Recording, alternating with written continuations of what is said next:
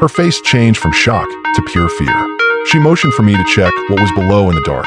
Something was getting closer fast. I raised my rifle and aimed straight into the blackness of the canyon. When the first creature came into view, it finally hit me what exactly my commanders had ordered me to protect. I was fixing the floating mines inside the canyon. Then suddenly, a drone launched itself out of the canyon's depths.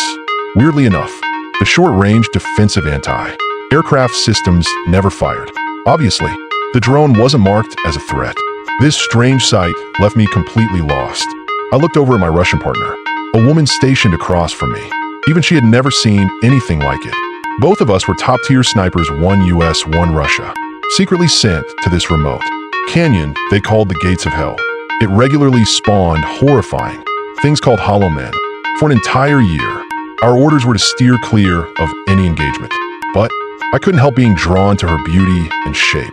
Every night, I made small, beautiful trinkets to earn her affection. She was genuinely touched and replied with elegant dances. Our connection deepened more and more.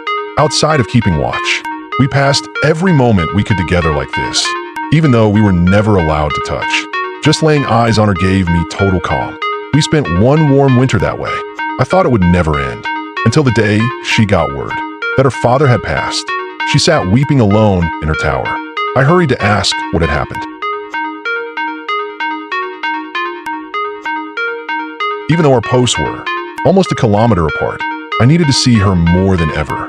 The next morning, I grabbed the RPG, took off the explosive head, fixed a padlock to the back end, and laid out the wire carefully across the ground. She seemed to realize what I was doing. Watching me hopefully, I raised the launcher slowly and squeezed the trigger. The round shot through the sky, flying straight toward her position. Once it landed safely, she tied off the cable fast and gave me a look of pure delight. After anchoring my side of the rope, I ran without thinking toward the opposite ridge, even with terrifying screams echoing up from the canyon.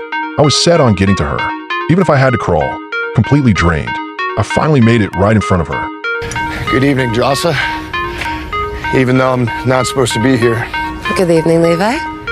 And we're cloaked. I brought you flowers. Of course you did. Thank you.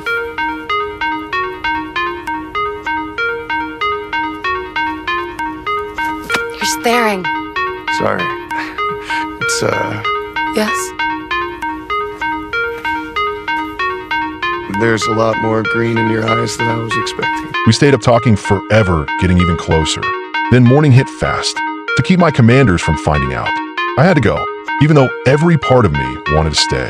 But halfway across, my tower suddenly blew apart. The rope snapped. I plunged without thinking from the heights. She grabbed her rifle and parachute and dove into the gorge without a word. Cutting through the fog, she hit the canyon floor, only to find it swallowed by violent rapids. She splashed down hard, but her chute snagged. Right then, without hesitating, she sliced the lines. The wild water yanked her downstream, nonstop until her hand caught a branch, and she barely managed to hold on. Me, on the other hand, I wasn't so lucky. I was dangling from a limb, hanging on by pure luck. And to make things worse, a massive beast was moving in slow on me.